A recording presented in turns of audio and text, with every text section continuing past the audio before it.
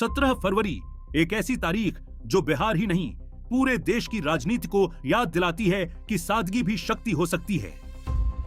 यह कहानी है जननायक कर्पूरी ठाकुर की, एक ऐसे नेता की जिन्होंने सत्ता को कभी विशेषाधिकार नहीं माना बल्कि जिम्मेदारी समझा।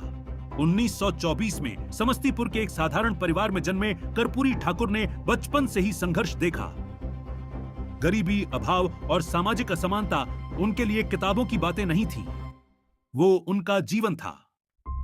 1942 का भारत छोड़ो आंदोलन, जब देश आजादी की आग में जल रहा था, तब युवा कर्पूरी ठाकुर ने भी इस संघर्ष में कदम रखा।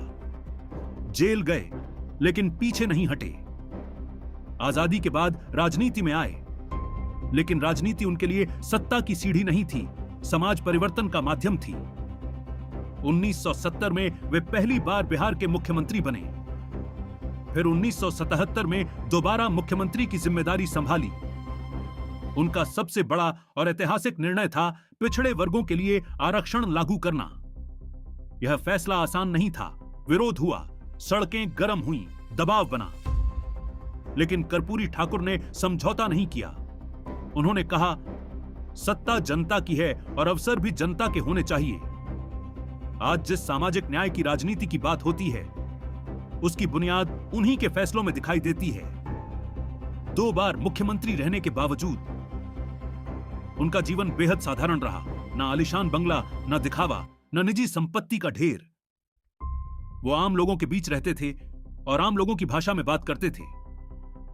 आज की राजनीति में जहां छवि, प्रचार और प्रदर्शन का दौर है, वहां कर्पूरी ठाकुर की सादगी एक अलग ही उदाहरण बनकर खड़ी है।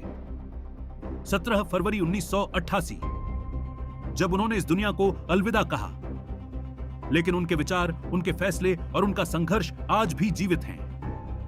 जननायक होना पद से नहीं मिलता। जननायक बनने के लिए जनता के बीच जीना पड़ता है। कर्पूरी ठाकुर सिर्फ एक नेता नहीं थे, वे एक विचार थे, एक संघर्ष थे, एक ऐसी विरासत जिसे समय मिटा नहीं सकता। आज उनकी पुण्यतिथि पर हम उन्हें नमन करते हैं और याद करते हैं कि राजनीति जब जनहित में होती है तो इतिहास बनाती है। जननायक कर्पूरी ठाकुर को विनम्र श्रद्धांजलि।